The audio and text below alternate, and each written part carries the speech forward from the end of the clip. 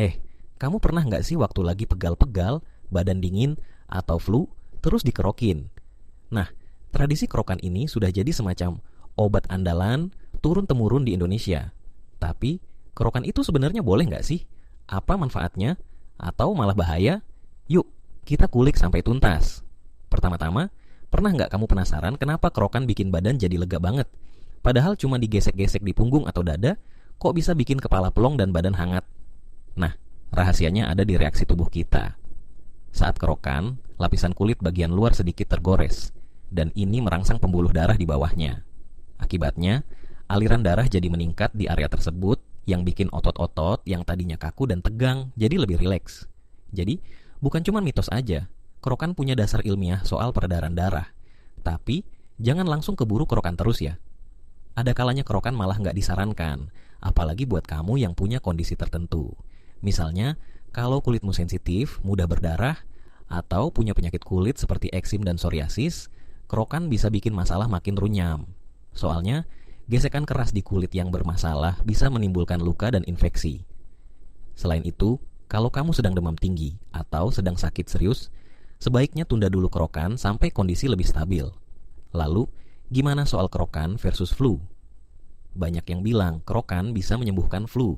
Sebenarnya, kerokan itu bukan obat flu, tapi lebih ke membantu meredakan gejala seperti pegal dan kedinginan. Efek hangat dari kerokan ini mirip kayak pijatan yang merangsang saraf dan meningkatkan produksi endorfin, hormon yang bikin kamu merasa nyaman dan sedikit mengurangi rasa sakit. Jadi, kerokan itu semacam supportive terapi yang bantu tubuh kamu rileks, tapi bukan penyembuh utama. Nah, pernah dengar istilah kerokan bikin bintik merah di kulit?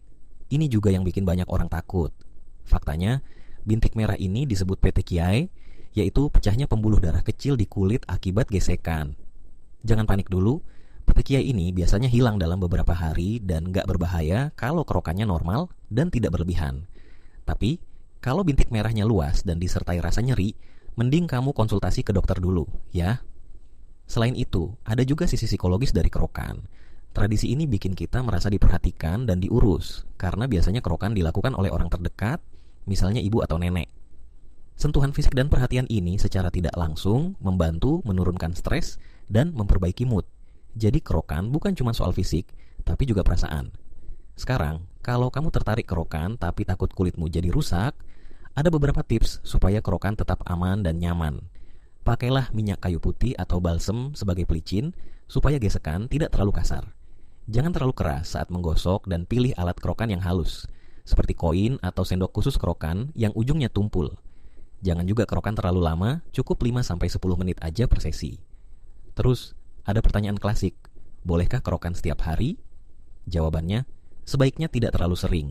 Kulit butuh waktu untuk pulih dan regenerasi.